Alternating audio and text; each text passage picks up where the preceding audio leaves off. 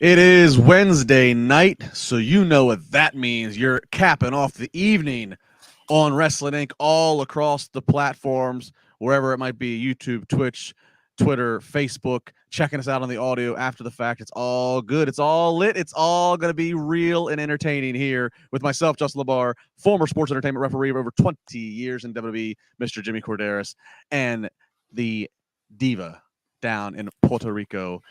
Ladies and gents, how are we doing tonight? Ladies first. Issa, how are you?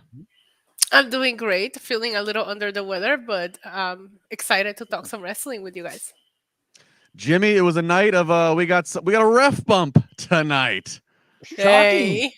Yeah, shocking. We'll get to that when it comes up because, anyways, you know me, Captain Nitpick. But anyway, we'll get there. We'll get there. It was certainly a fumbly and bumbly little ref bump there. We'll get to it. Yeah. Little tease to get to. Jimmy, share with all of us. I had no idea that you were a custom ringtone kind of guy, but I know you're a music guy. But I'm gonna pull you out through the curtain here, and you got to share with the audience what you shared with us just before we went on the air here. Yeah, you know, as people who know me know that I love older music, 70s, 80s, and I'm very across the board. I'm not fussy, but for some reason, old school dance and disco music just it makes me smile. It makes me laugh. I love this stuff. And my current ringtone on my phone now is Rubber Band Man. And for those of you who don't remember the song, go out and listen to it. It is a fun song, and that's what it's meant to be. Can I just call you real quick and it can play the ringtone? Sure. Oh my God. Do it. Let's put everybody's ringtones to the test. God, I hope we don't get like a copyright strike or something. Just don't play it for more than like 5 seconds. That's it. All right, here we go. Calling Jimmy. Let's hear it here.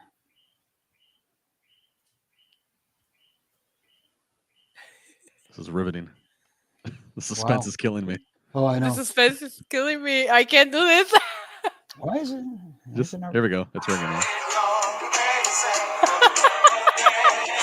Man, you never heard a sound like a rubber band. Man, you're about to lose control. I'm just trying to picture standing in behind you in the grocery store, and that just goes off. I know. What's your ringtone, Justin LaBar? Nothing exciting. What is it? Generic.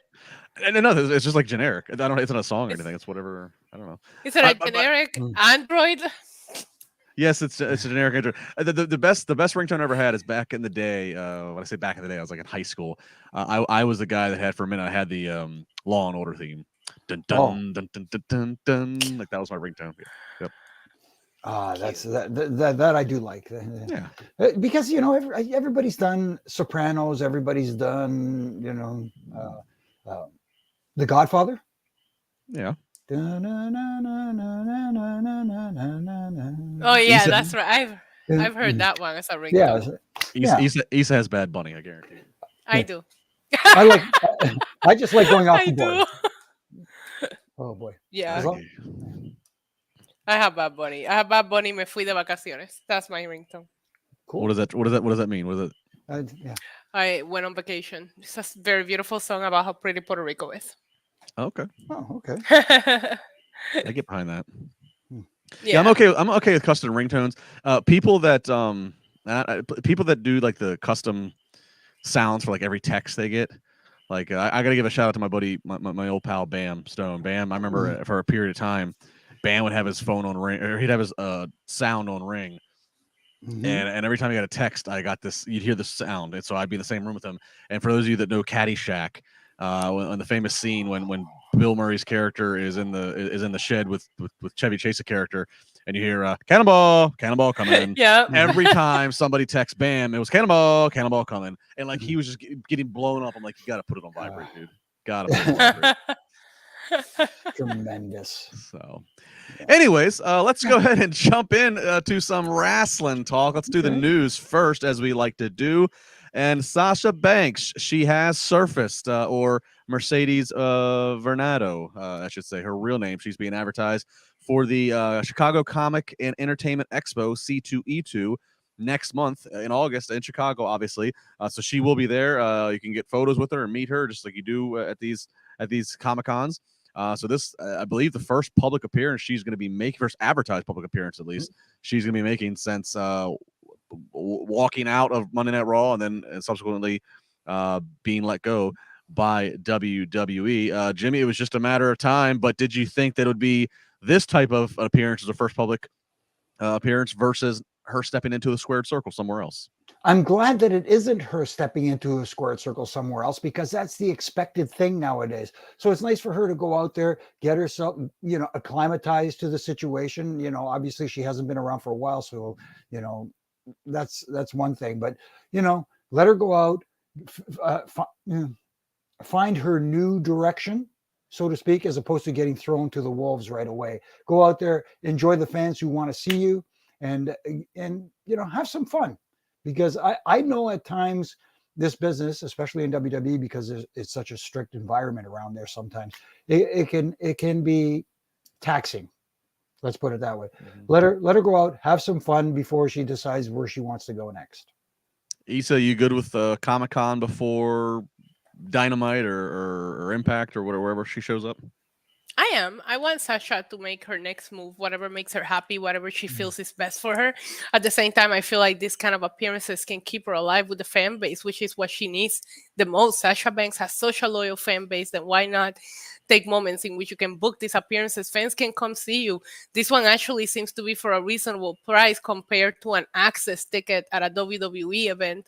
It appears that you can, based on what I read earlier, it's like a $90 for a photo, opportunity with her, where if you do a VIP access with Sasha, you're paying $150 and higher, because I've done the access ticket. So I'm excited for fans to be able to get the chance to go meet her, and we'll see what happens. But it's interesting, to say the least, that she's booking these. Now we got to keep an eye on Naomi, because nobody's talking about Naomi.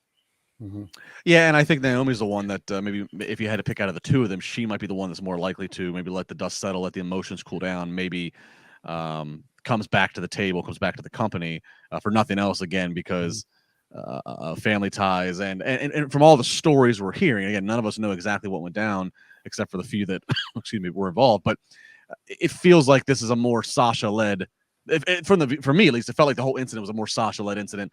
Naomi was just kind of standing by her side. That's what it feels like from the speculation. Don't know that for sure, but yeah, I think you're right. I'm looking at it right now. For anybody who wants to know, you can click and go to check it out. $70 for an at the table autograph, $90 for a photo op with Sasha. So that definitely is, as he said, points out, cheaper than maybe some past options. But I'm sure that she is making out just fine financially for whatever upfront payment she is getting. She's getting taken care of. Of course. So, and if you notice in the advertisement, they managed to advertise her as a Star Wars, character, and as Sasha Banks. So this convention is gonna make a lot of money, because you're gonna get two different kinds of fan bases going after that ticket. It's great for everybody. Absolutely. Yeah. August 5th through the 7th at McCormick Place. Again, that's the Chicago Comic and Entertainment Expo, C2E2 for short. So I'm sure people will have their phones out. I'm sure people will be chattering and asking questions. So we'll keep our ear out for what quotes might float across the fence coming out of this event. Yeah, she's going to have to be a little careful, not to give away too much, but again, you don't want to give it away to just a passing whatever. When you're ready to speak, do it in a forum that, like, come on Wrestling Inc. And if you want to spill your news, whatever that may be. Yeah, we always, look, wrestlers always want people want the right story out there, right? They don't want speculation. They don't want a twist or a spin. So that's as Jimmy said, it's when you offer up the camera and the microphone, come on and give it to us in your own words. Yeah, exactly. We'll give you all the time in the world you want. So yeah, we'll keep keeping your eye out for that. This other story here in the news, again, go to WrestlingInc.com for all the news headlines. This other one, a little spicier. It involves some backstage and personnel in AEW, and that is Conan, who, of course, legendary wrestler Conan. He's on his Keeping It 100 podcast. He has been talking about how Santana and Ortiz, the AEW tag team, have been having some issues. That behind the scenes, that has not been all kumbaya amongst the tag team partners. I'll kind of try to run through this as best I can. Conan, really the first credible source of information in that regard. Santana has been taking bookings on the indies without Ortiz, and the pair haven't teamed up in a regular tag team match since February. Of course, they were in Blood and Guts, but I'm talking about a traditional 2-on-2. On top of all that, neither has really been seen even standing next to each other on screen. In fact, in the segments, Santana, he's been a little more active on social, saying in some cryptic tweets in recent months. He tweeted in April, 126 days. So that was guessed that maybe that's how many days he had left on a current AEW contract. In May, after taking part in the Anarchy in the Arena match alongside Ortiz at Double or Nothing, he tweeted, "Thank God that's over," and then responded to a fan. A fan had suggested, okay, now you guys got to go after the AEW tag titles. And he responded with a gif of himself laughing, seeming to dismiss that. And then finally, at the end of last month, he simply tweeted, "Soon." So if that 126 days from that point is, in fact, a reference to his contract, that would finish him up sometime around early September, right around All Out, quite frankly. They, of course, made the most recent appearance, Blood and Guts, on June 29th on AEW Dynamite, teaming up with Moxley, Wheeler Yuta, Claudio, and Eddie Kingston. The take on Jericho Appreciation Society. Santana injured his knee and was announced being out of action for an extended period of time. And these guys, look, they were together before AEW, before they joined in 2019. They were tagged on the indies for like a decade or so. Conan worked with them as part of LAX and Impact Wrestling. So, again, kind of circling back around to the top of the story, you're certainly going to, I think, put some stock into what Conan is saying. Kind of shocked that he would go vocal on this. Jimmy, I would only have to wonder, either Conan just doesn't care, or one of the two guys is maybe putting some stuff in his ear, wanting to get the story out there. I think it's a little bit of both. I think, and this is good for business because somewhere down the road, regardless of the fact that these guys are having an issue with each other, and it appears to be a legit issue, according to Conan. I obviously can't tell you for sure because I'm not back there and witnessing this. But if there is a legit issue, if these guys can put some of that aside for now and work together, because now it's out there that these guys are having an issue, you can try and make money from this. There's an opportunity here to turn it into something on television if they could agree to at least work together without, intentionally hurting each other if there's that much heat between them. That being said, this business is, as you both know, sometimes the littlest things can set something off and it gets blown out of proportion, and then there's no coming back from it, and you get super kicked and thrown through a barbershop window. Issa, would you buy in? Would you pay money if they'd set the scene right, knowing what we think we now know now is going on behind the scenes? Would you pay money for a Santana and Ortiz feud? I don't know, depending on how they book it. As I shared with you guys in the past, he is the world champion, singles world champion of Latin American Wrestling Entertainment here in Puerto Rico. He's actually scheduled to be at Summerfest this Saturday, which I'm going to be there. Cheap plug, just getting all of my plugs in there. I'm going to be there with Lucha Libre Online. Come find me if you guys are there. But he's supposed to be there, make an announcement about his title reign. As we know, he suffered an injury not too long ago. The whole point to this is, I know Santana has been wrestling here in Puerto Rico in a singles run for a while. He won the tournament. He's the world heavyweight champion of this company here in Puerto Rico. So the indie bookings are there, and everybody, at least locally, everybody knows that he's the champion here. So it took me by surprise where people were like, wait, he's booked, like he's wrestling singles. I'm like, yeah, he's been doing that here for a while now. So I mean, there is something to these rumors because I've seen it myself. Yeah, and maybe it is a simple. Maybe there's nothing scandalous or much more to it, just in that he's been in a tag team or a group for a decade and he wants to have a singles run. Every Father Time is the ultimate opponent here, so you're not getting any younger. And maybe it's not as much I don't know, maybe it's not as much dislike for his partner, but rather just, I'm tired of having a partner. And AEW said, look, we got to finish the story of you guys being a tag team, being in the groups you're in until the major blow-offs happen, which is, of course, Blood and Guts, a major blow-off, and then an injury that seemingly can be the end of this. So right. It could just be as easy as you're not getting the opportunities as a tag team. There might not be any drama behind them. There might not be any animosity. It's just a matter of which you probably go our separate ways, because these are almost day one group of people that haven't gotten not even near the tag team titles scene, even when they were at their hottest. Why would they get there now? So it might just be a matter of just saying we might be better off going on our own way. Especially, you talk about tag teams, but now they're part of an even bigger group with someone Yeah. who is shining brightly above them in a Chris And that's Jericho. And that's the problem, Jimmy. To your point, that's the problem they've always had. All these other tag teams kind of stood on their own, even when they were part of factions, where Santana and Ortiz, I've always seen them as Inner Circle, and now this Mhm. other group. They never really have been running on their own. So we'll wait and see. I mean, it's all great points. So it is obviously a deep and rich tag division, as we will cap this podcast off with. So it looks like the end of Santana Ortiz, at least on AEW for now. Where we go from that, we'll keep watching for. All right, let's jump into Dynamite tonight. Is night one of Fyter Fest, coming to you from beautiful Savannah, Georgia, and we're going to kick it off with a title match. The title defense of Wardlow, the TNT champion, up against Orange Cassidy. Orange Cassidy, they cut to a quick pre-tape promo that happened earlier in the day with his best friends, and the best friends are very blunt that they're just going to have to cheat because they're going up against the more powerful, more dominant Wardlow. So just calling their shot right there, they're going to cheat.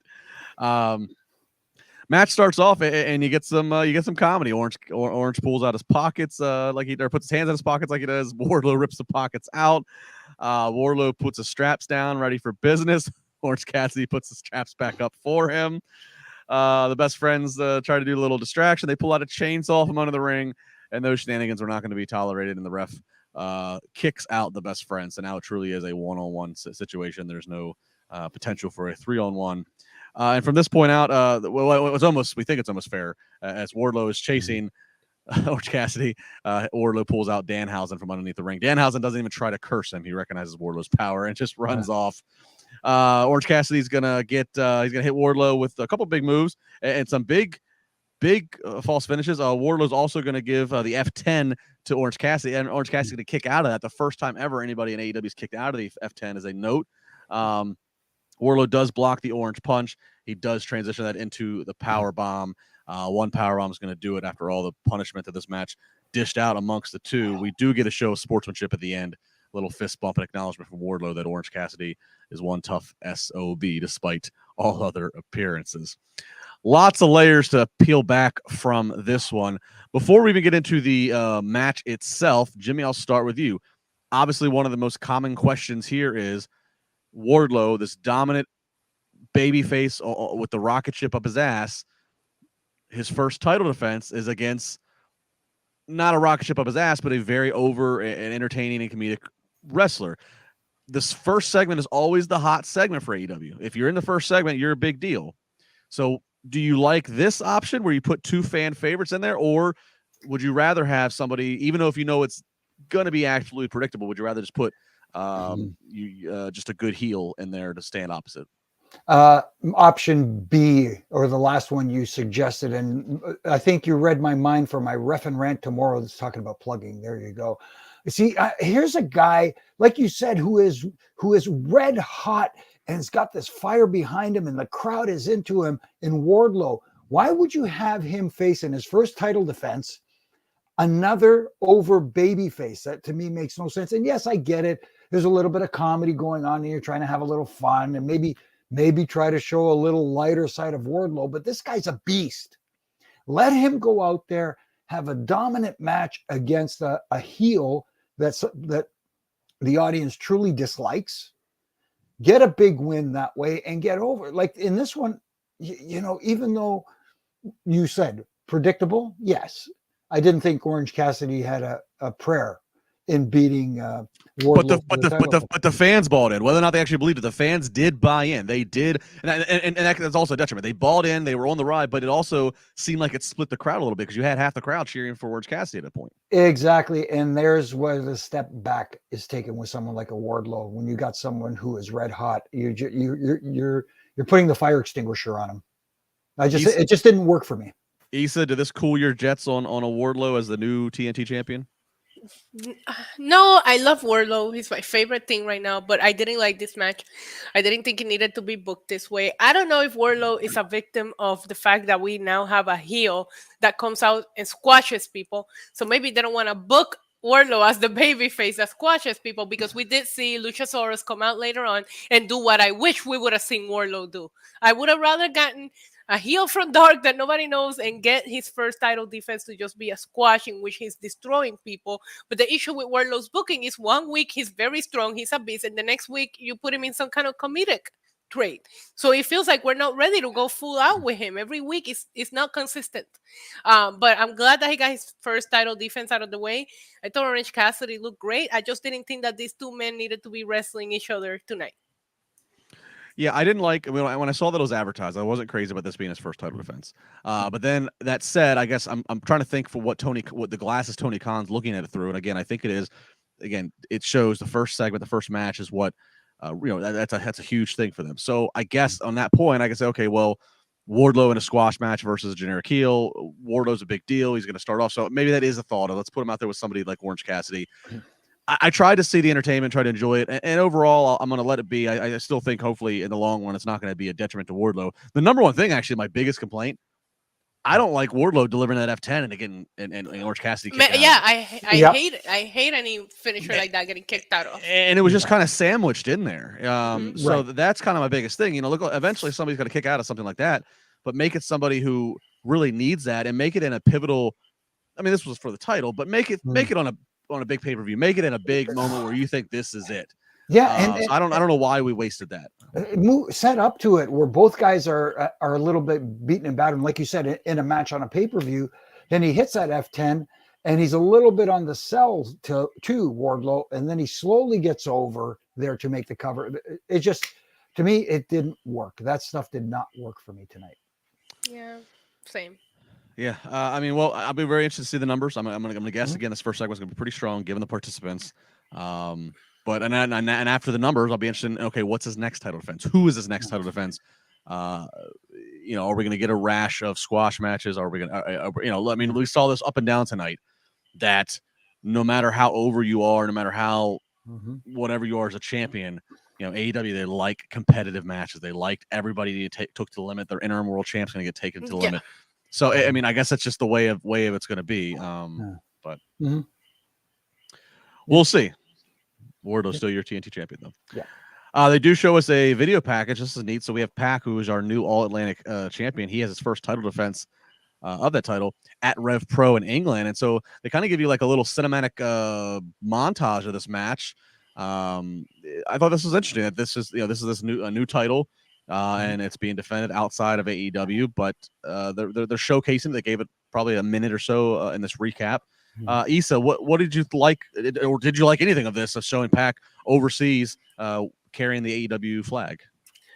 I love seeing the titles go elsewhere. I wish we knew that the title was going to be defended elsewhere. Maybe you can get some fans to tune into Rev Pro or whatever it is that Thunder Rosa also went this week, because I know they added her match to Dark in which she lost, which I don't even want to talk about that. But I wish they would advertise that Pac is going to be defending this title at Rev Pro. Otherwise, to us, we just think that Pac won it up for Door, and they haven't even shown him ever since. So I'm glad they highlighted it.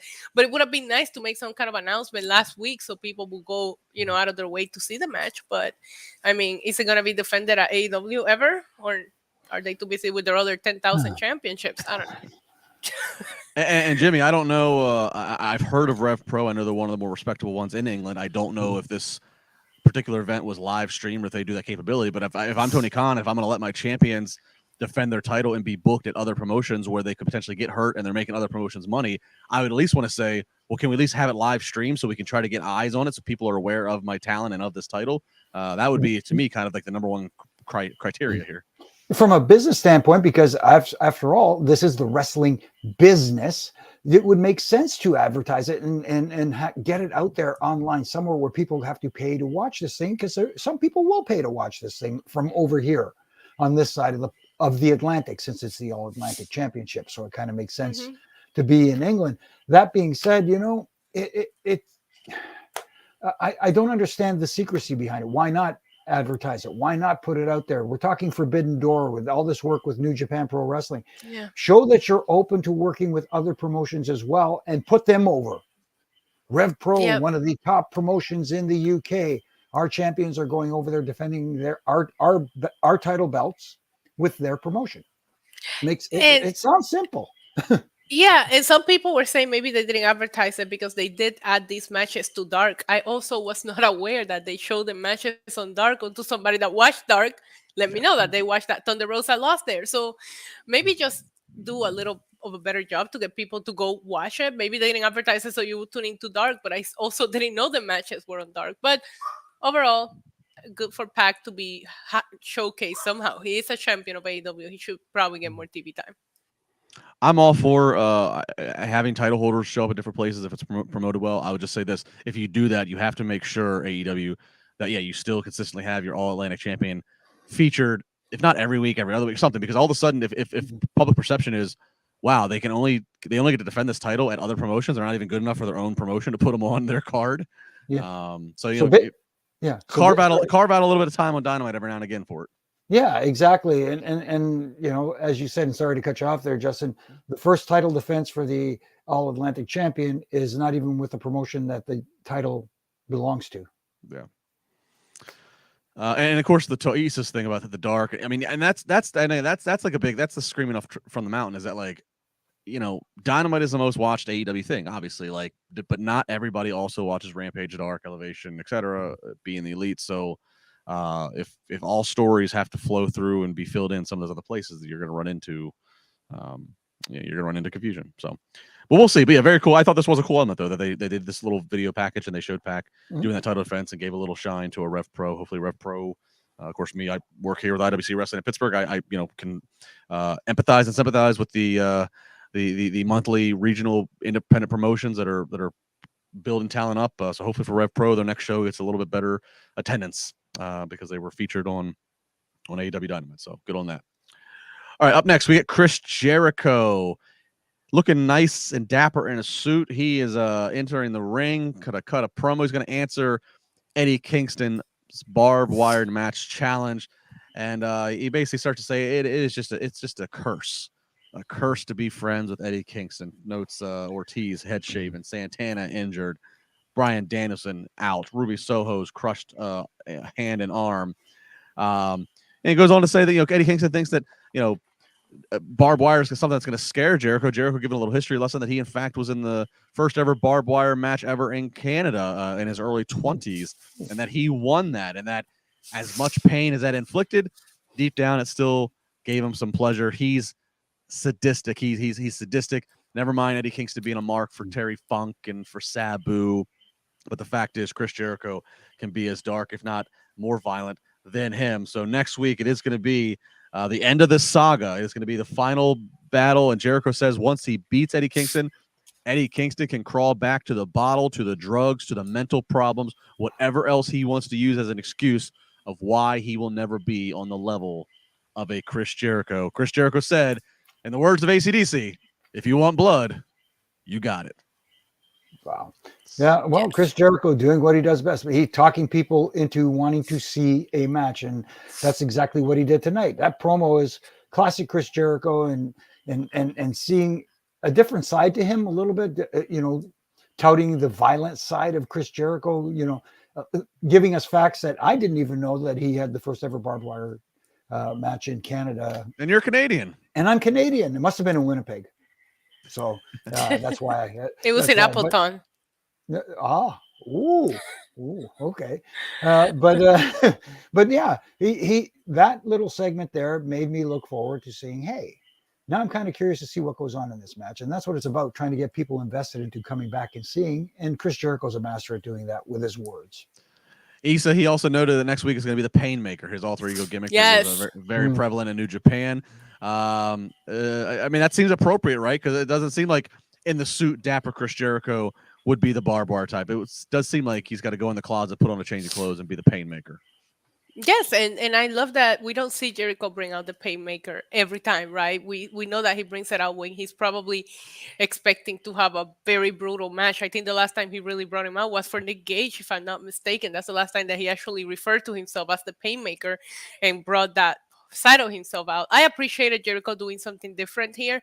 We'll get into Eddie Kingston's response. If I gotta give the up and down here for once, because I love Eddie Kingston on the mic, but I thought Jericho had him tonight.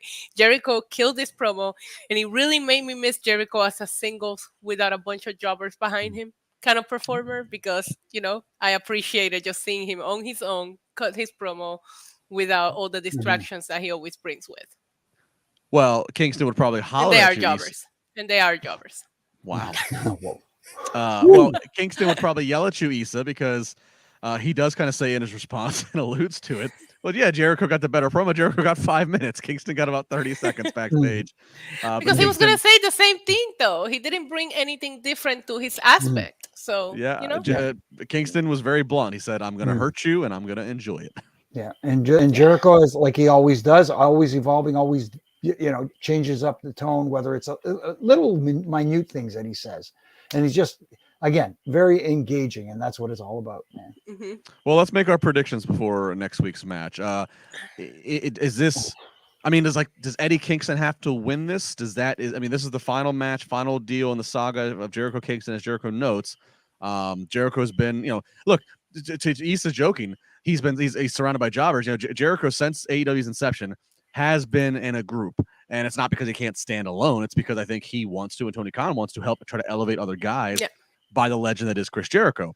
So by that same philosophy, is Chris Jericho going to give the win? Is he going to give the win to an Eddie Kingston and do the job, do the favor in a barbed wire match? He did already. Oh, well, but in this barbed wire match. Well, yeah, in a barbed wire match, and what's supposed to be, Eddie Kingston's world, which is more violence, where Jericho is a sports entertainer. Eddie Kingston's a violent, hardcore wrestler. So I'm very curious, guys. What do you think is the outcome of this? That's a good question, because you can make either way work. You can make Eddie Kingston going over Chris Jericho again work big time, and Jericho is a master at reinventing himself, so that I'm not worried there. My concern is, if Chris Jericho does go over, does it send Eddie Kingston off the rail and turn him into an even more violent human being? You know what I mean? And that can work as well. And Chris Jericho could take that and see and get more heat on himself by telling the AEW audience, who have, that are very hardcore, see, I told you, sports entertainers will triumph over professional wrestlers every time. And boy, will that be heat. And Issa, we should note, they kind of, I didn't catch it in the promos of Jericho and Kingston, but I think they pieced it together later in a Shivani backstage that the Daniel Garcia, Angelo, and Matt of the JAS, they are all going to be locked up in a shark cage elevated above the ring. So they will not be floating around to cause any outside interference. Which means they will cause outside interference. Basically, we all know that's what that means. Yeah, I would like to see Eddie Kingston win here again. I feel like if Eddie Kingston beat Jericho when the feud wasn't escalated to this level on a somewhat normal regular match, he should definitely be able to beat him here. I would assume, but if not, it's not going to be clean. There's going to be a lot of people involved. All right, I'm going to say Kingston's going to get the win somehow, some way, especially if they're taking. Especially if they put the rest of the JAS in the shark cages, I'm going to feel that it's going to be an Eddie Kingston victory. But how it's done is probably the most important. How it's done. For all we know, this could be the beginning of turning Jericho back in some form or fashion, or where maybe JAS ends up costing him the match, and then he allows people to sing his entrance song again instead of getting hot about it. That's one option. Check the Fozzy schedule. Does he need to take a little bit of time off? But then at the same point, can you afford to have a Jericho take time off when you're already down CM Punk? You're down Bryan Danielson. You're down. You're there's so many guys you're down right now. So yeah, this will be very. They certainly did. Jimmy said it. Jericho talked me into this one, so I'm ready. Yeah. I'm ready to see it. All right, interim AEW Heavyweight Championship match. Defending champ Jon Moxley up against Konosuke Takeshita. And this one, again, the fans very much, we've seen Takeshita before. Good-looking kid, good size from Japan. Entertaining. He's kind of just got that natural kind of 1990s 1-2-3 kid, just charisma to him. Just people kind of gravitate behind him. Obviously, he's bigger than what kid was. But this matchup, we get a German suplex on Moxley on the apron. They note how much Takeshita has studied the German suplex. Takeshita gets busted open. I actually missed I must have glanced away. I missed what it was that caused the Crimson Mask to start. It but happened during commercials. It was in the picture-in-picture because I missed it as well. Okay, so that happened. A ton of close calls, false finish sequences. Mhm. I mean, fans again were biting. Which again is a credit to the performers. Again, I don't think interim world champs already in audible calls. I don't know many that will actually believe that this up and coming young stud is going to take the interim AEW world title from Jon Moxley on the second match of the night on Dynamite. But the fact that they got the fans engaged to react as loud as they did, props to both gentlemen. Tons of close calls. Ultimately, though, it's going to be the paradigm shift segued into those hammering, clubbering elbows, and then Moxley transitions that into a bulldog sleeper. So Jon Moxley, again, just kind of on the warpath right now as the interim world champion. Issa, the only logical destination, right, is their next pay-per-view is All Out, is to get CM Punk healthy and ready to challenge Moxley to get an undisputed world champion. Am I wrong? Yeah, if CM Punk is ready to go, I feel like every time we see a Moxley fight, I feel like the ending is going to be very predictable. But this match was an example that even though it's predictable, it doesn't take away from being enjoyable. I really enjoyed this match. I was not familiar with his opponent. I know a little bit just based on what we've seen him in AEW, but we haven't seen him much. He won me over halfway through this match. I'm paying attention. I'm watching his every move. The Crimson Mask held, but he held his own. And if it's like your first, second, third time seeing him, I would assume that his performance tonight really did something. And I always speak very highly about how Moxley always does this. All of Moxley's matches, like he manages to put the person over in defeat, which is very hard to do. And even on a predictable match that you could have easily turned away, they managed to put on a match that made you not want to turn away or turn the channel. So good for them. But I don't see Moxley losing until Punk comes back. That's just, my honest opinion. At this point, I almost wish we didn't have him defending the title on TV every week because it feels, I'd rather see him going some kind of significant feud. If we don't see him, Punk's not ready for a couple of months, then put him in a feud. In the meantime, make him interesting. Well, and that's the curse, Jimmy, of to that point. That's kind of the curse of doing the interim title thing. And there's different philosophies of this. I mean, look, WWE's gone routes where they've decided to have interim champions or fake champion. I mean, obviously, look, one of the best payoffs ever of Shawn and Razor of who's the real Intercontinental Champion. But it does create the predictable scenario of, okay, there's never been somebody who's become interim champion and then who's dropped that interim title to somebody. Like, the interim title doesn't get passed around. If you're interim champion, you're that until the real champion comes back and until it's time for you two to square off. So, I mean, I'm kind of surprised in a way Tony Khan went this route, because it's like, okay, if you're champion and Punk is sidelined for several months, from the very beginning of the TNT title, you try to tell us it's going to be just as important, or Cody Rhodes tried to tell us it's going to be just important. You're launching an All Atlantic title. You have your tag champions, you have your ROH champions. So it's not like you have any shortage of hardware to be defending and propping up. So I kind of question, was it really necessary to have because again, if Tony Khan wants to rewrite the wrestling world, if he wants to reinvent the wheel, have Moxley drop this interim title. That would blow me away if the interim title actually starts changing hands. Or if you put him in a significant feud, and that's where he loses it, you become more invested. Jimmy, what if Moxley drops the interim title to somebody else, and then at some point when Punk comes back and he's ready, well, now both Moxley and that somebody else have both a claim to make of, well, I should be challenging Punk because I was interim champion. Well, so was I. And if there's another person, now we have got a fatal four-way. No, it could absolutely work if Moxley were to drop the title, but it has to be the right person at the right time. And if you're thinking about it, someone who hasn't been mentioned or seen in weeks, can you imagine if MJF shows up on it? Let's say Mox comes out and does an open challenge, and here comes MJF, and he manages to win the interim AEW World Heavyweight Championship. And then it leads into Double or Nothing, where him and Punk go at it. No, see, like you said, I enjoyed this match very much tonight. I thought it was a very good match, and like you said, Issa, he did elevate his young opponent, and made people who weren't maybe familiar with him go, hey, there's something. This kid's got something. That's great. But having him on every week and having him in the second match, You know, It's not, yeah. it made the like Justin kind of alluded to. It made the interim AEW World Heavyweight Champion feel less important than TNT Champion. Why was this match placed second? It could have been placed on the crossover hour. It could have been placed anywhere else where it's significant, but it wasn't. It was the second match, and it just felt like, why now? Yeah, interim champion. So I agree. I mean, I just, interim always, I'm wearing my Baltimore Orioles hat. We were joking. Mhm. Toronto Blue Jays up there, Jimmy. Mhm. Fired the manager. So now there's an interim. Whenever there's an interim manager, interim coach, I'm always like, oh, that poor guy. Yeah. That's just a term for you're the guy that we have to just throw in there because you're the only one that's already got you already have a key card to the building.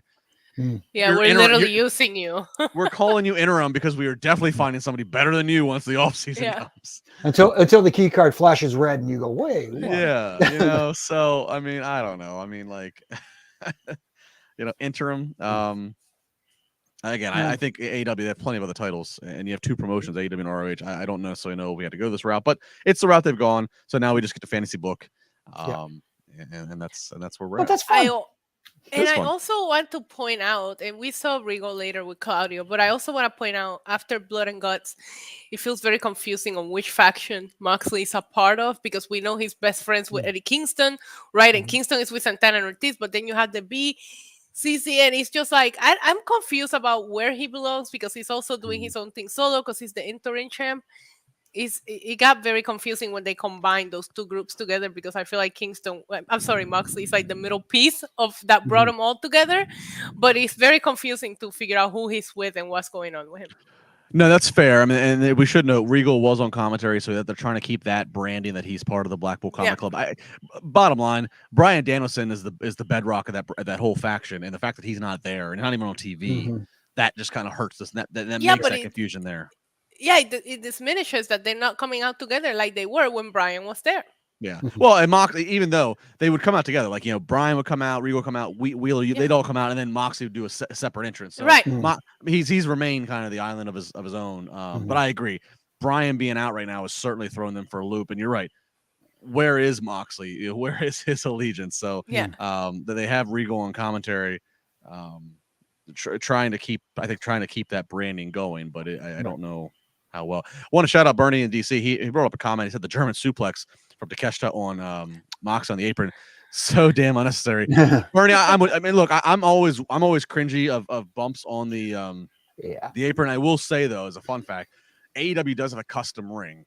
They actually have their aprons are wider than your standard ring would be for the fact that they try to give a little more room for guys to land and execute their bumps and not be on the edge of where the wood and the steel meet. So I still cringe, but I do think I think that's actually a smart thing that AEW did in their design was, okay, the style of guys we're going to have and what they're going to try, and bumps on the apron to become a more risque part of today's product. So at least they try to gimmick the ring, for lack of a better term, and give them a little more real estate to work with. As someone who has set up rings for a living, you can give it a little bit of extra room, but it's not going to make that much of a difference.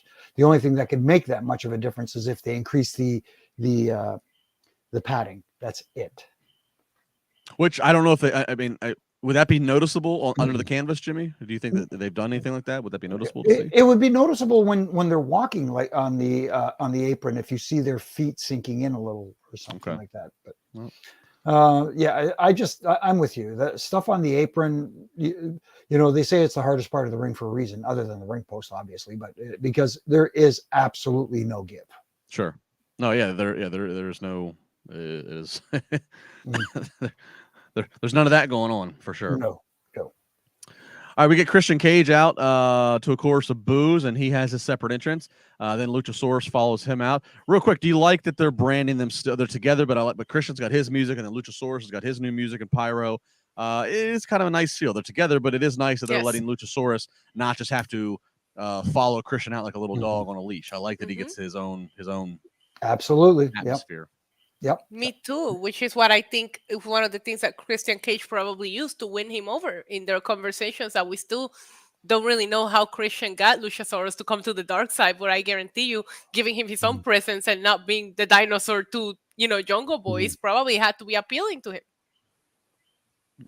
So Christian's going to cut a promo. We got the Varsity Blondes in the ring. Griff Garrison's going to be the one who's going to be in action. Brian Pillman Jr. is in street clothes. Christian starts his promo, and Pillman says, just like Jungle Boy, you had a famous dad, but at least your dad was in this business, so I respect him a little bit that he actually put it all out there. But bottom line, your dad, Brian Pillman Sr., he was average at best. Then takes a note to Griff Garrison, who tweeted a picture. The picture, Christian says, draws some resemblance to Jungle Boy, just the entire look. And because of that, that's enough to anger Luchasaurus, who's going to hit the ring, have a match with Griff Garrison. He's going to end up beating him with that submission hold. That's basically Jungle Boy submission.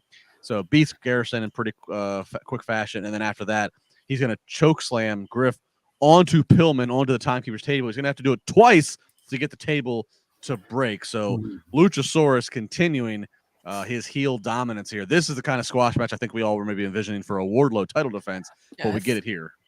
Again, reading my mind, it's exactly what I was thinking when you were describing that. Was why wasn't this the match we got with Wardlow, who is the most over babyface possibly they have right now? And now, Luchasaurus teaming up with Christian, who is getting legit heel heat. Yes, he went there again tonight, by the way, ladies and gentlemen, as promo. And Luchasaurus, guilty by association, is also getting that heat. And they're doing it right with him and making him into that what appears to be unbeatable monster right now. And that's what, I agree with you, Justin. That should have been kind of the route they took in the first match with Wardlow, but not against OC. Lisa, let me ask you, are we kind of like booking it right now? Are we booking the territory? Is Luchasaurus going to be, is that a pay-per-view match for Wardlow? Is Luchasaurus on the track? I mean, obviously we still need to get Luchasaurus and Jungle Boy, but like, is Luchasaurus somebody they're building up to be a possible real challenge for a guy like a Wardlow? I mean, possibly they're doing everything they can to build him up that way. And, to Jimmy's point, I don't think that AEW does. They could do better at booking the squash match for baby faces. They do it for the heels all the time. They don't know how to book a good squash match on a baby face, and I don't understand why, because that's when it's more enjoyable. Regardless, I don't know what Christian Cage's issues is with dead fathers, but he needs to stop. This was probably my least favorite promo out of everything that he's cut since his turn. It was still good, but it made no sense, and it didn't have any continuation to what we saw last week.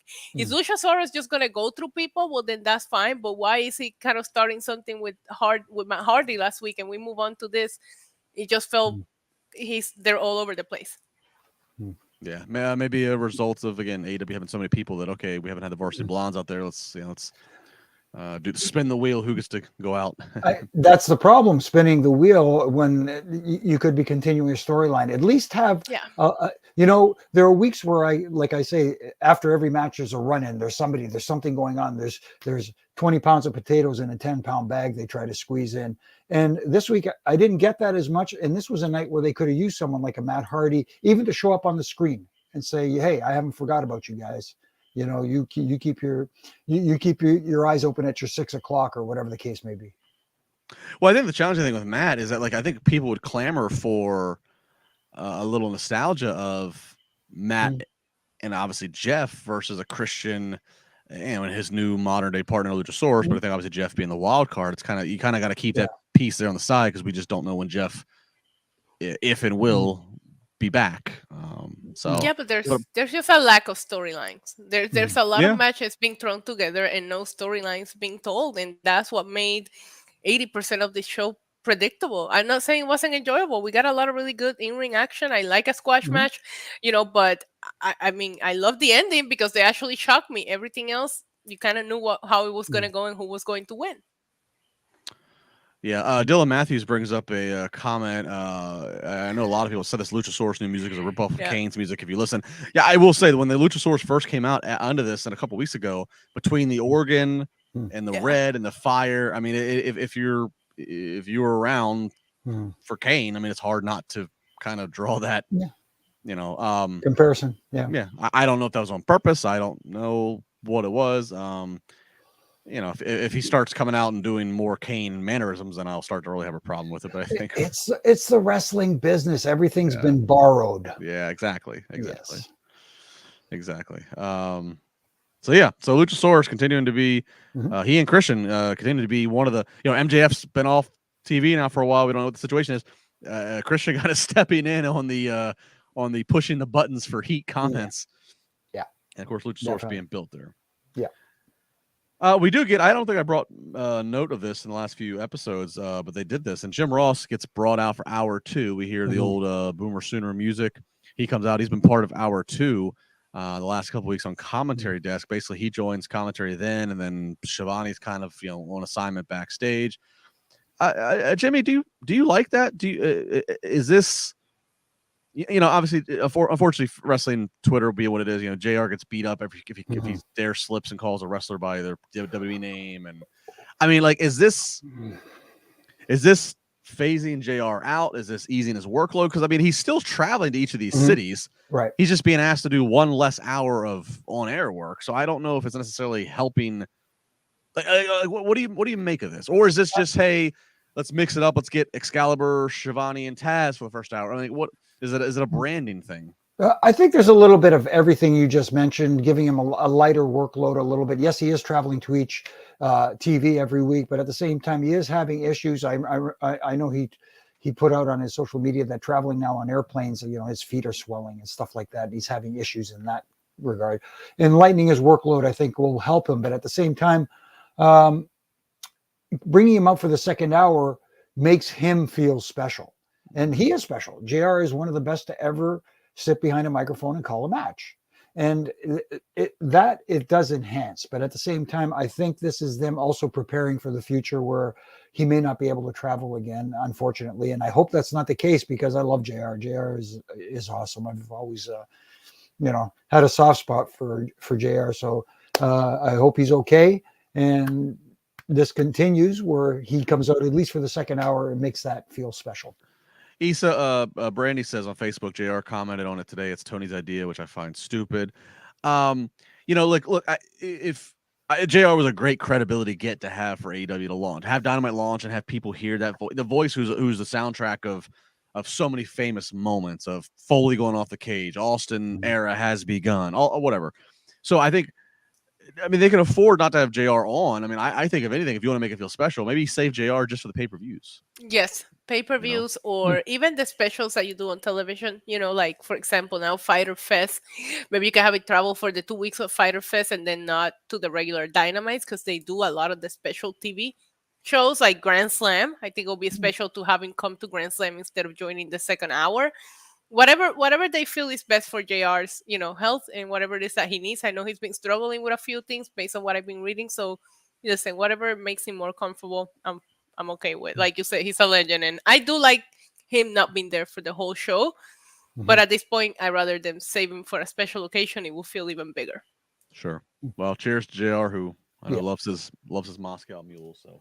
Yeah, there you go. So does Bad Bunny. Do you know that? You would be the one to tell me that. I'm sure you've mixed his Moscow Mules. Big fan of Moscow Mules now. Okay. Now I'm gonna have to try that. You never try that, Jimmy? It's good. Yeah. Little vodka, little ginger beer. I'm gonna have to give it a shot. Get in a nice cold mug. That's the way to go.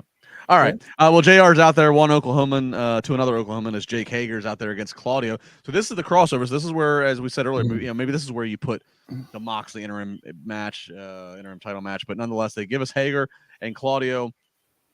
A lot of acknowledgement, never saying the letters WWE, but a lot of acknowledgement by Excalibur, especially on commentary, of these two guys and their tag team history together. Excalibur must have been in the WWE encyclopedia. He had the amount of time that these two guys. He had over 100 tag matches they had together, and he had the 10 singles matches they've had against each other, and the 6-4 record that is in favor of Claudio, I believe. So Excalibur had the WWE archives keyed up to get all of his fun facts here.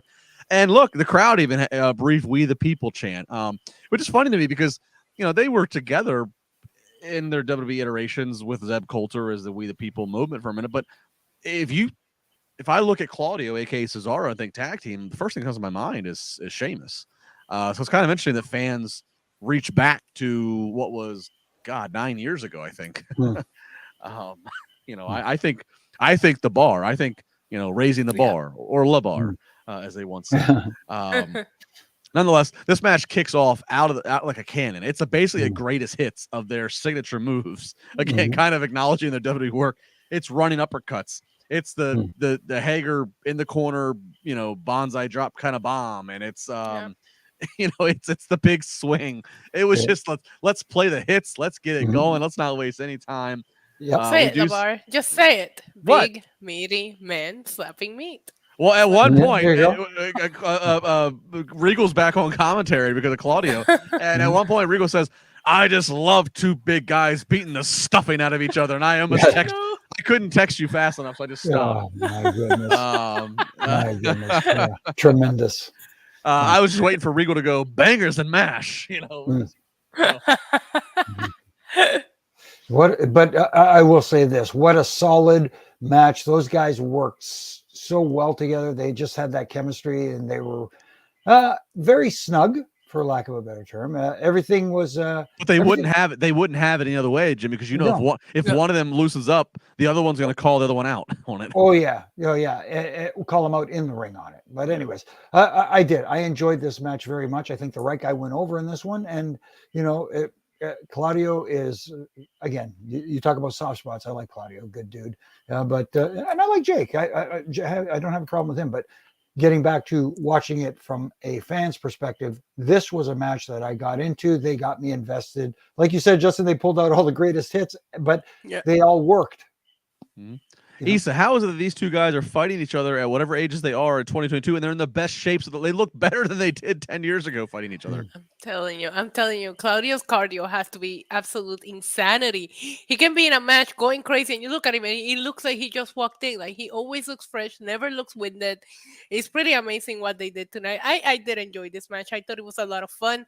It was a different style than what we used to, in AEW. I liked it, and as critical as we have been of some of the WWE debuts in AEW, they're really so far doing a really good job with Claudio here. He hasn't lost. He's been in a spotlight. He's been, highlighted every week. So we'll see where this goes. But people in line for title shots, I think Claudio is slowly making his way there too. Yeah, it was Claudio's Dynamite singles debut, so he gets the win. And look, Jake has not been overexposed. Jake does not get part of it's because he's not there all the time. Sometimes I know he's doing his MMA training. Right. So he's been kind of amazingly, he's been there since the start of Dynamite, and he has not been overexposed.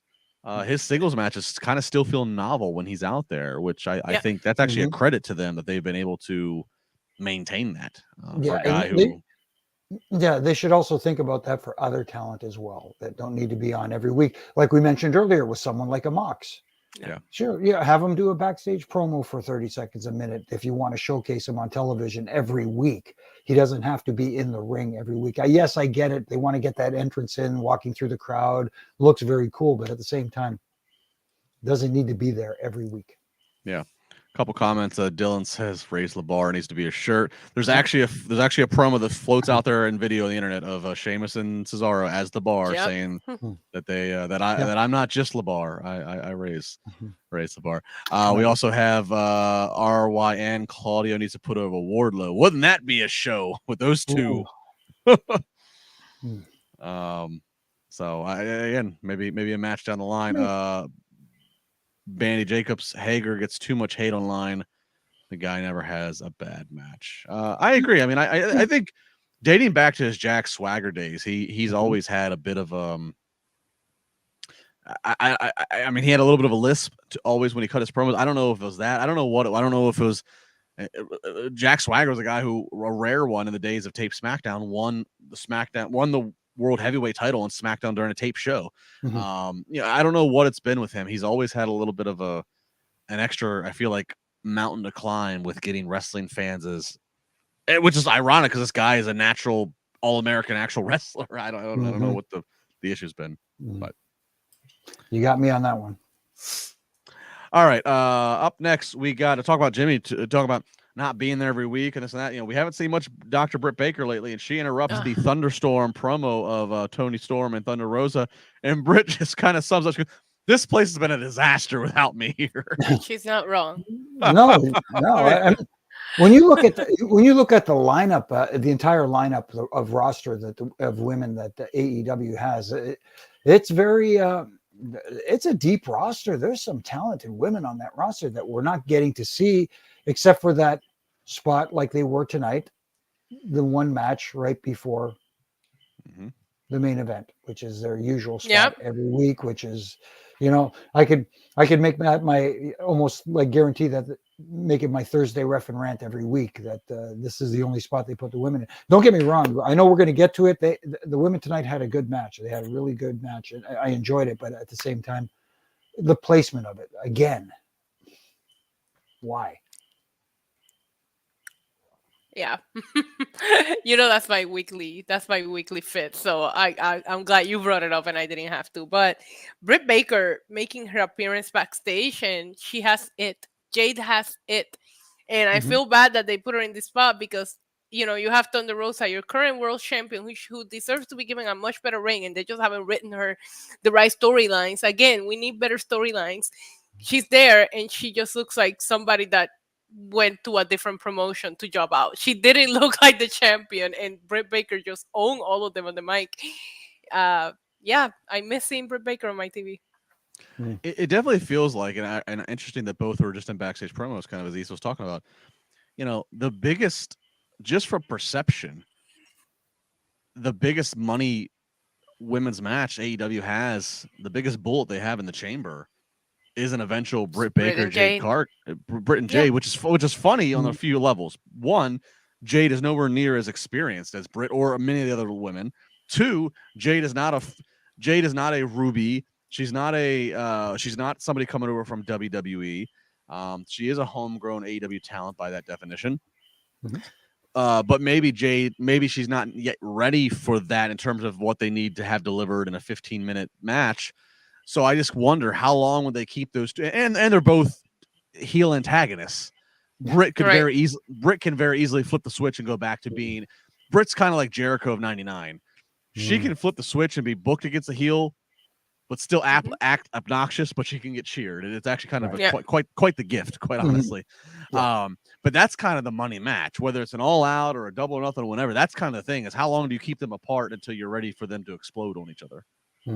Absolutely. And again, when you're talking about talking people into the seats, into buying a pay-per-view, into buying a premium live event, whatever you want to call it, Britt has a gift of gab. She can talk people and get them in interested. Yeah. Well, Justin, to your point, they can probably keep them apart forever since the women only get 10 minutes on TV once a week. So. Well, they keep them apart, but then what happens if a Sasha Banks shows up, or what acquisition do they throw into the mix? Less time for them. So we'll get 5 minutes. Yeah. Right. We won't see Thunder Rosa once a quarter or something like that. There you go. All right. Well, we do get Anna Jay up against Serena Deeb. This is going to end with Anna Jay. She, of course, is the hometown girl. She's going to tap, though, and the Serenity Lock from Deeb. Deeb does not let go of the lock even after the match. And Mercedes Martinez, the Ring of Honor Women's Champion, comes out to make the save and run off Serena Deeb here. Jimmy, you said you enjoyed this match. I mean, it was cool seeing Anna Jay and the hometown crowd, families at ringside. This match is a little clunky to me.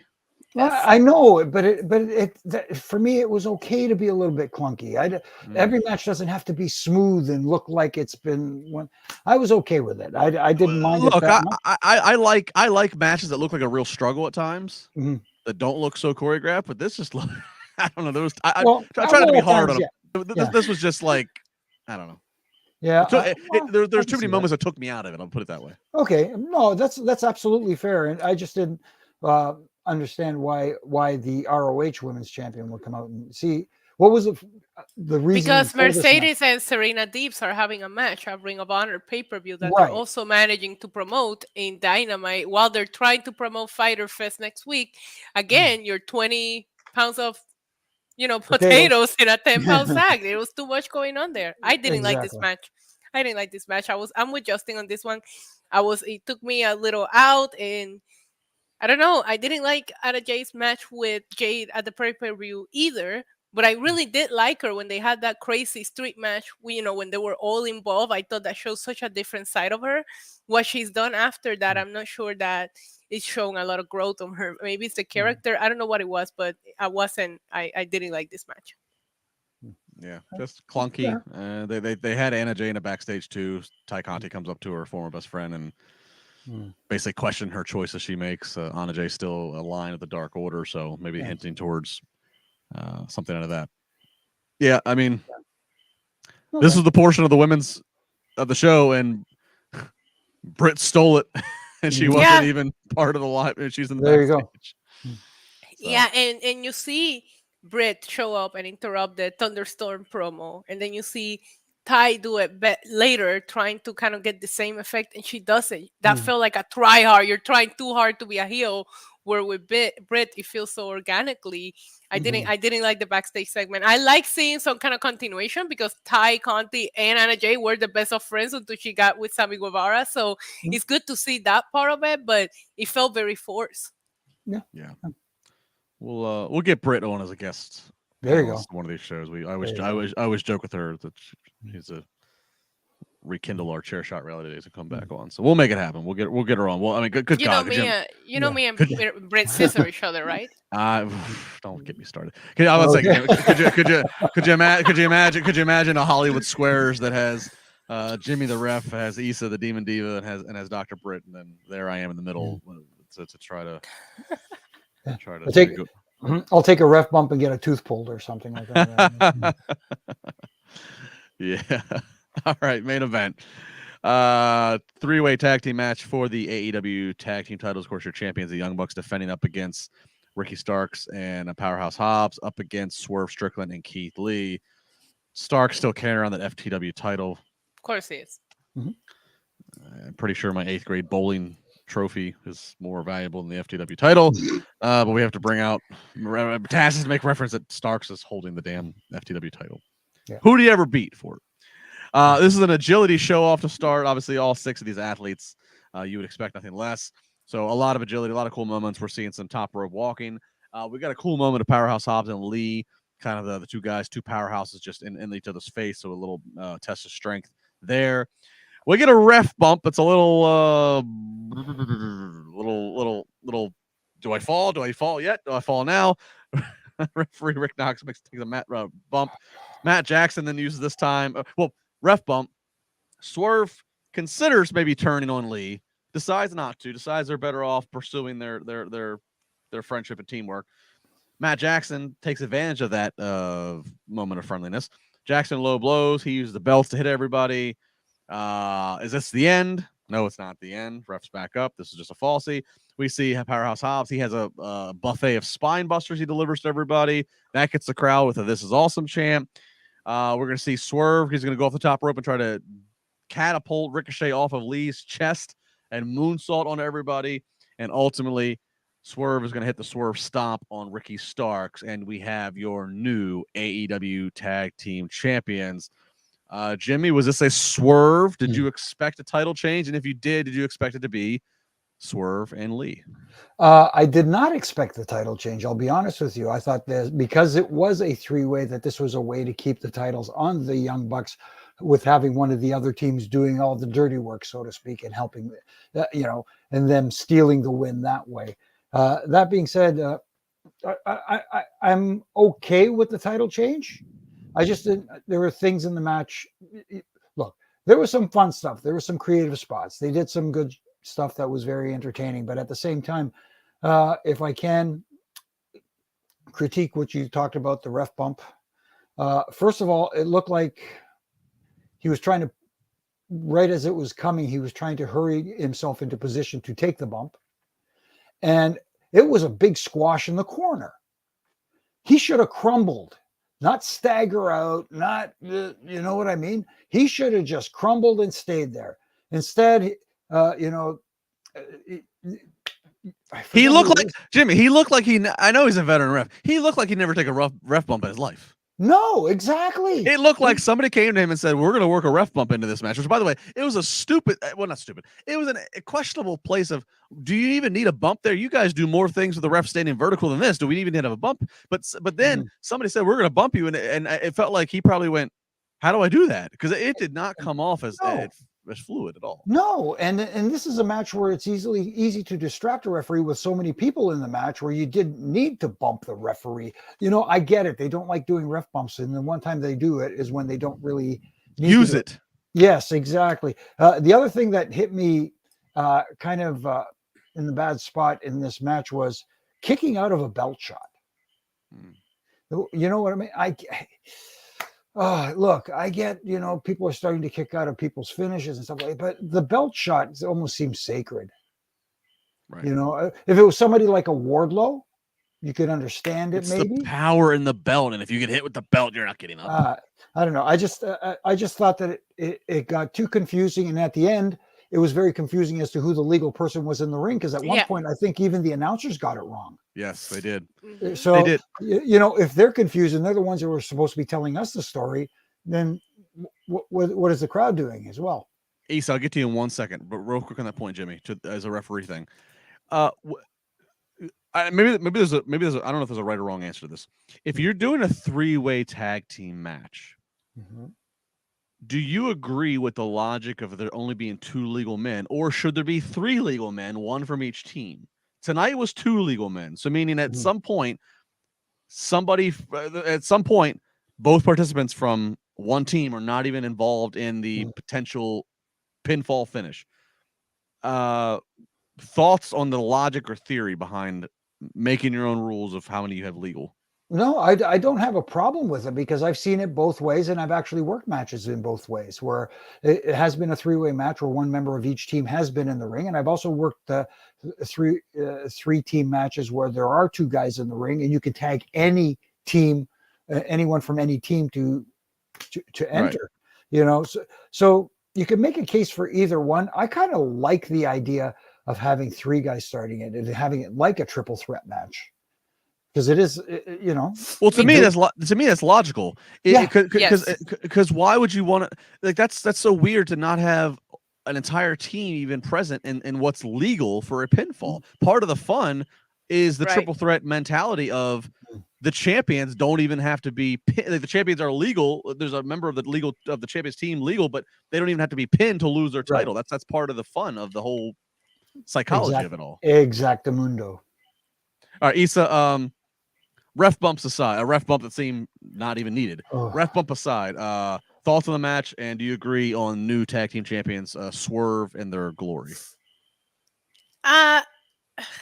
No, because I wanted to see the Young Bucks and FTR have like a winner take all with all of the gold, and I felt we were building towards that. So seeing the Young Bucks get it feels like a transitional like title reign. This was 2-3 weeks. They haven't had these titles for long.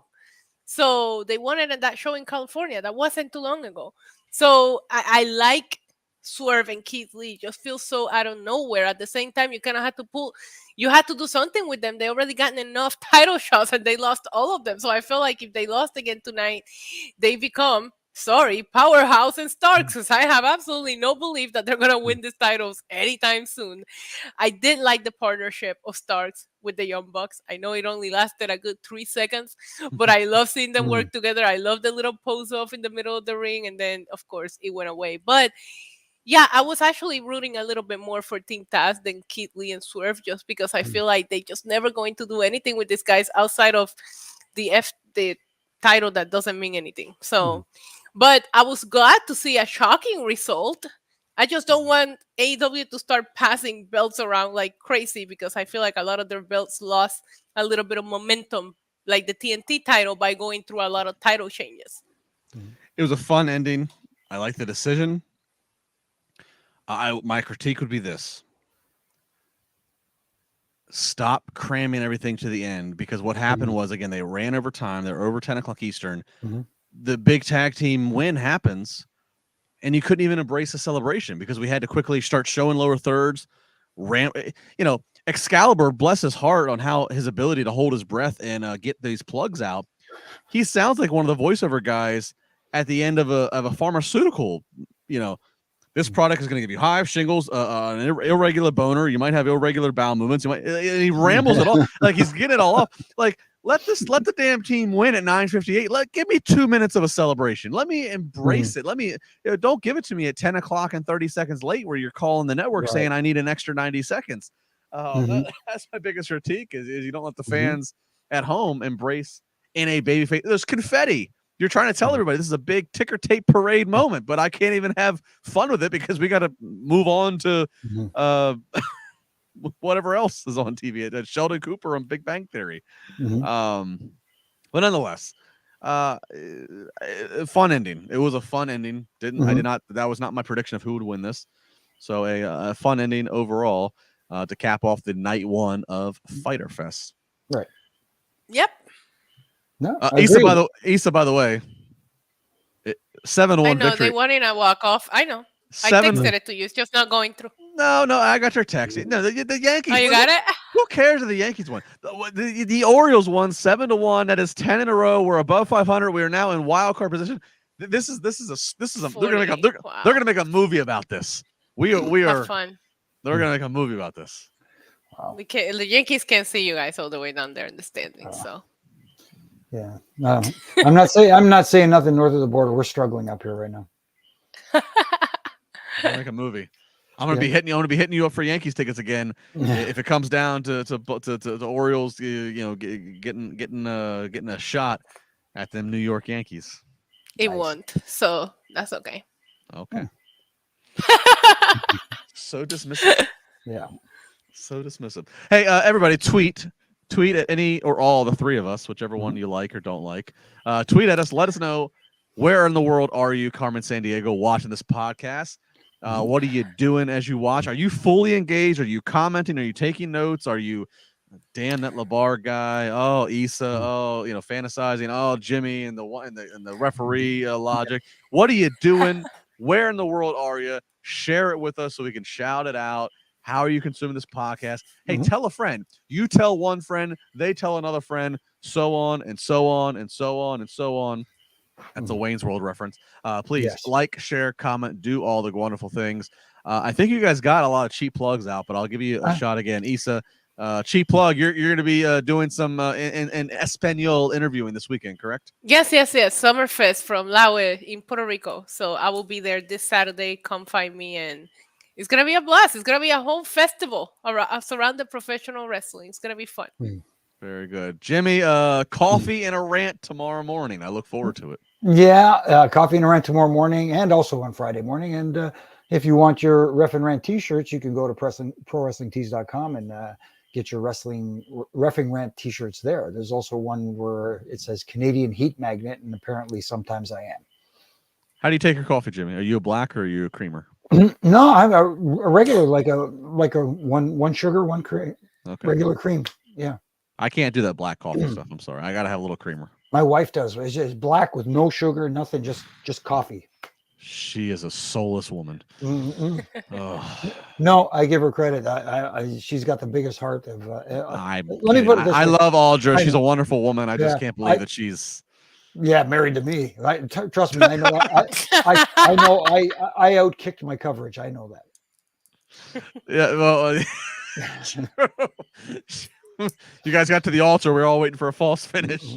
Yeah, I was waiting for a run and going, If anybody has an objection, please speak now. And then Tony Chimmel announces, cashing in their Money in the Bank. Yeah. Then we have a groom bump in the church. Yep.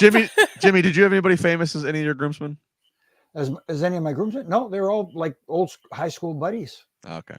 They're all I don't know if you're gonna pull out I don't know if you're gonna pull out a Chimmel or a funny name that everybody would know that was in the tux with you. That's one of the things being up here in Canada. It's especially with the schedule those guys had. It was tough.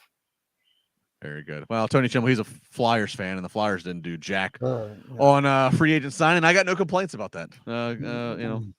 Yeah, that's another topic for another podcast. No, let's get Chimmel on. Let's do a hockey podcast for one episode. Oh no, I don't want to hear. I don't want to hear him say "get flyered up" for one solid hour. Very good. It's been fun. It's been a Wednesday night, so of course it's been fun. Follow her. She's at NYC Demon Diva with the 1 on the I. Follow at Jimmy Korderas. Follow at Just LaBar. Like, share, comment, do what you got to do. We appreciate it. We'll be back next week for the post AEW Dynamite podcast here on Wrestling